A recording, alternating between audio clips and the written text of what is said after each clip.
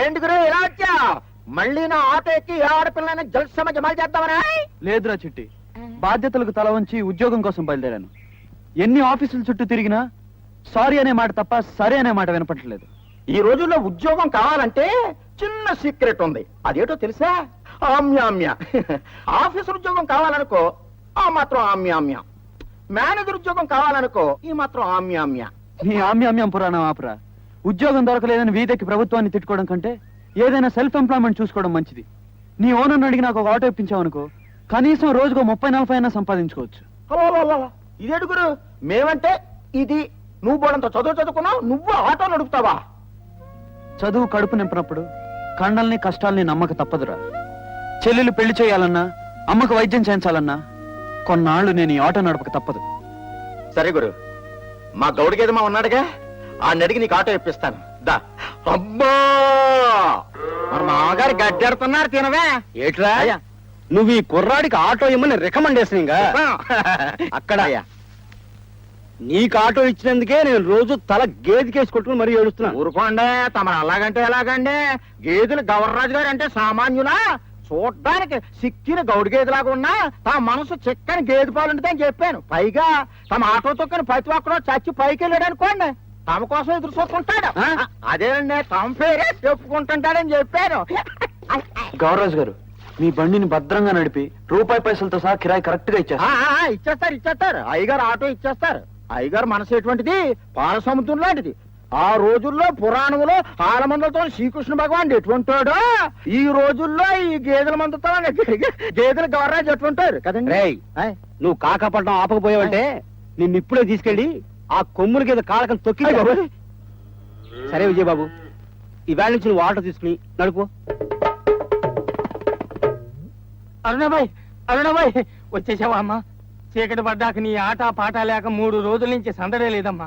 నిన్న కోటిపల్లి జమీందారు గారు నీ ఆట చూడాలని ఎంతో ముచ్చటపడి వచ్చి నిరాశగా వెనక్కి వెళ్ళిపోయారమ్మా. అన్నట్టు నూజివీడి జమీందారు గారు వస్తానన్నారు. మొగలు కట్టుకోమ్మా. శివయ్య, ఇక నుంచి ఈ కోటిలో నిశ్శబ్దం తప్ప మువ్వల శబ్దం వినిపించదు. ఏమైందమ్మా? ఇన్నేళ్ల నుంచి చేస్తున్న గానా బజానా ఆపేస్తానంటున్నావు ఏంటి? ఏం జరిగిందమ్మా? శివయ్య, ఇన్నేళ్లు గుండెని బండగా చేసుకుని ప్రాణం లేని ఆటుబొమ్మగా బ్రతికిన నాకు చెరిగిపోయిన గతం నుంచి ఒక భయంకరమైన నిజం బయటపడింది. ఆ నిజం నా కళ్ళు తెరిపించింది. ఇప్పుడు నేను అనుకున్నది సాధించే వరకు నిద్రపోను.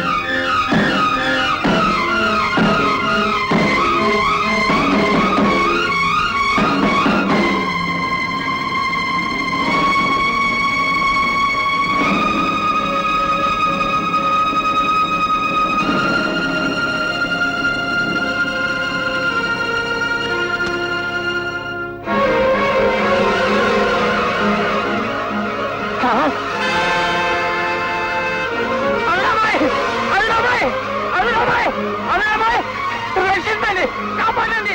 అరుణాబాయ్ మంటల్లో కాలిపోతుంది, రక్షించండి. అరుణాబాయ్. గవర్రాజు గారు, ఈ రోజు సంపాదన 35 రూపాయల 55 పైసలు. ఆహా, అందరికన్నా నువ్వే ఎక్కువ తెచ్చావా? అందుకే నిన్ను చూస్తే ముచ్చటేస్తుంది.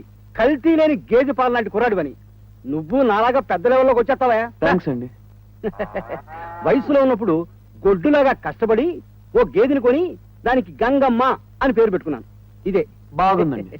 ఇది రోజుకి 2 లీటర్ల పాలు ఇచ్చేది. ఓహో, దాంట్లో మరో 2 లీటర్లు నీళ్లు పోసి అమ్మేవాడు గేదె మామ. ఆ తర్వాత జమునమ్మ అని మరో గేదెని కొన్నాను. ఇదిగో ఇదే ఎలా ఉంది? చాలా బాగుంది. ఇది రోజుకి 3 లీటర్లు వచ్చేది.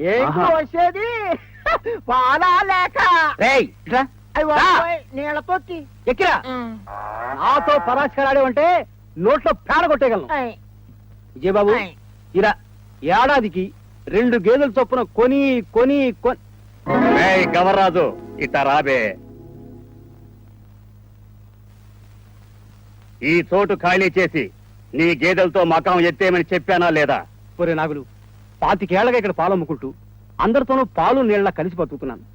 మున్సిపాలిటీ వాళ్ళకు కూడా పైసా తేడా లేకుండా కడుతున్నాను. గవర్నమెంట్ వాళ్ళు నన్ను ఖాళీ చేయమని లేదు. మరి నువ్వు గవర్నమెంట్కి చేత కాకపోవచ్చురా. నేను ఈ ఊరికి ఛాలెంజ్ మనగాడిని. క్షణాల మీద ఖాళీ చేస్తా. రేయ్, వీడి గేదెల్ని ఖాళీ చేసి బయటికి తోలేంట్రా. పీకానంటే దెబ్బ, పైన కింద అబ్బా. వినపళ్ళ చెవుడా? పీకానంటే దెబ్బ, పైన కింద అబ్బా.